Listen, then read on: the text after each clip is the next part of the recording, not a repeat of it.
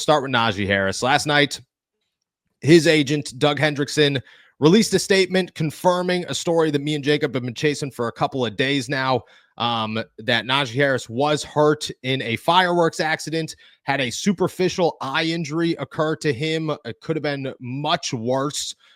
He was in the Bay Area, California. 4 or 5 people were hurt in the incident. One of them lost a number of fingers. Me and Jacob got the news. What was it? Saturday afternoon. We got the phone call and the text messages about what was happening. And to be honest, we're very thankful this morning and we were very thankful when we got the update from the agent, because when we got the news, it sounded much worse. It was very concerning.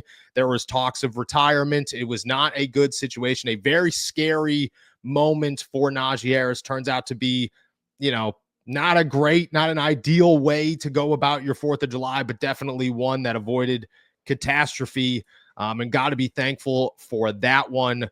To be honest, sending thoughts and prayers to good old Najee Harris and his family. Hope for a speedy recovery. Just goes to show you can never be too careful with this stuff. And the 4th of July, man, is never a great situation.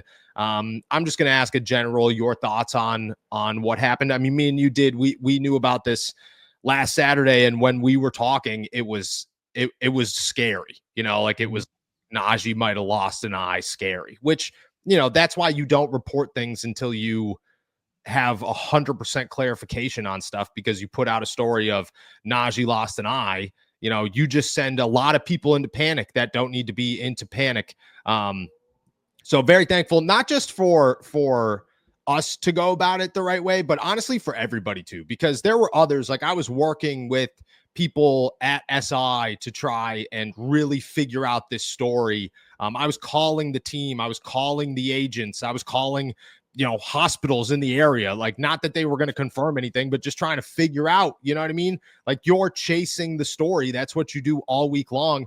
And, I knew Schefter knew what was up. I knew Ian Rappaport knew what was up. I mean, Albert Breer and me were essentially working together to chase this story.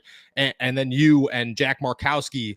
And the fact that nobody released it, you know what I mean? That nobody jumped to conclusions until it happened, I think is a really good example of professional journalism and the way you should go about these things. And it makes things better because, man, rumors got out of hand real fast. And we're glad that it didn't. Your general thoughts on a scary situation that turned out pretty okay?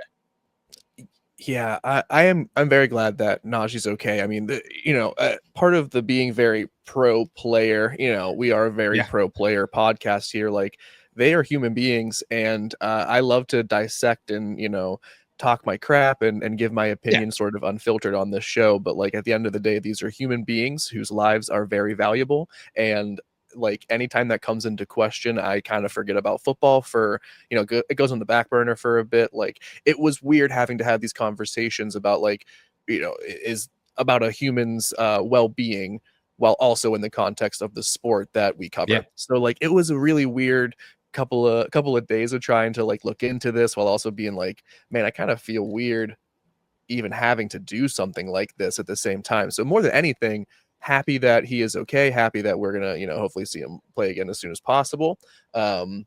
Fireworks, I don't mess around with them, man. Like, you just be careful.